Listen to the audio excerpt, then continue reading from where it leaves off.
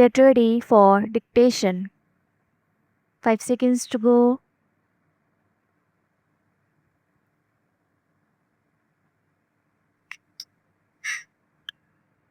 Start.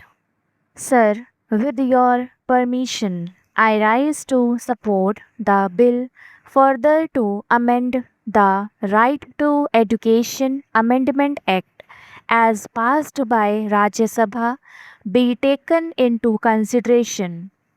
Sir, the Parent Act was enacted by Parliament to provide free and compulsory education to all children belonging to the marginalized sections, the scheduled caste, the scheduled tribes, and other backward classes in all educational institutions established, maintained, or aided by the central government. Sir, you might remember that when the original Act was passed under Section 3 of the said Act, the state governments were required to give effect to the provisions of that Act from the academic session 2010 to 11. But there were some proceedings in the Supreme Court of India where the Supreme Court stipulated that the implementation of the provisions of that Act for the purposes of infrastructural development and also expanding their capacity will start from the next academic session. So, accordingly, we need to amend the provisions of this Act so that the commencement for the purposes of implementation starts from the year 2012 to 13. Sir, as you know, in any legislation, when it is enacted and implemented, certain problems arise in the course of implementation, and these were brought to the notice of the central government. The reasons for this are historical because the distinguished honorable members of this house know that in some parts in the northeast there are unique demographic challenges. There are only scheduled tribes in some states, and the reservation is for the scheduled tribes historically, and the states have been following that policy over a period of several years. In some states, there are no other backward classes. So, when we realized that in many states historically reservations has been implemented with respect to the population of that state, we felt that we need to protect that reservation.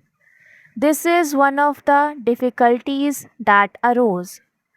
In the Act, as you know, reservation for the scheduled caste is 15% and for the scheduled tribes it is 7%.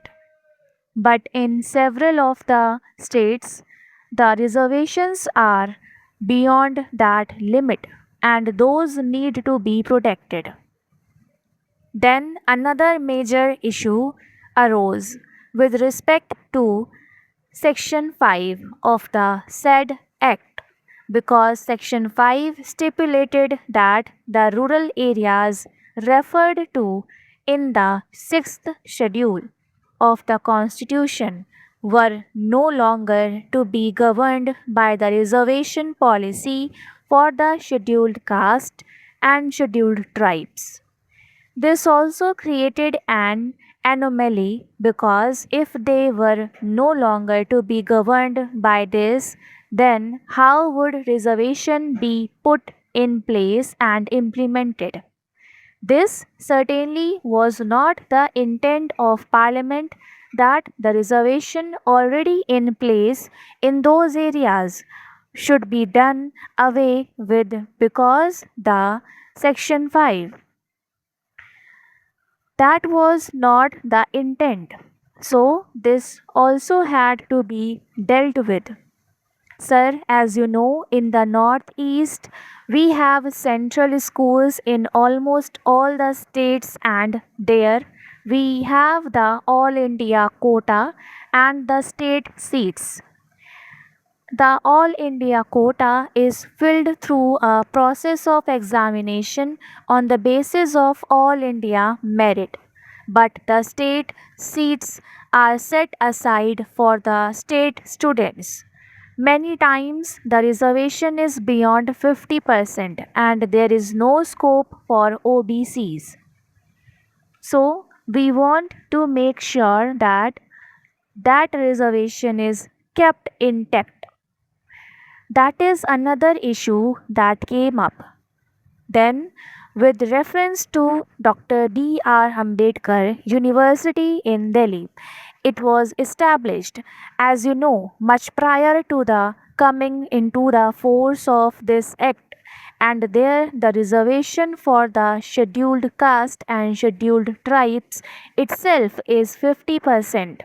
So then it was not possible for us to give any reservation to the OBCs there. Now, because of historical reasons, those anomalies had to be corrected. So, the essence of this amendment is to correct those anomalies to preserve the reservation in states where reservations have been given much beyond the stipulated percentage in terms of the Constitution. This reservation must be protected in those institutions which have been set up prior to the coming into the force of this act, where reservations are granted to a particular category. This, of course, applies to very few institutions. In rest of the institutions, all the policies required under the Act have been implemented. The other issue that came up for consideration was that in some institutions, technical colleges had to be expanded, and because technical colleges had to be expanded, that could not be done in the course of 3 years. You know, when you give admissions to students in technical colleges, you need lab facilities.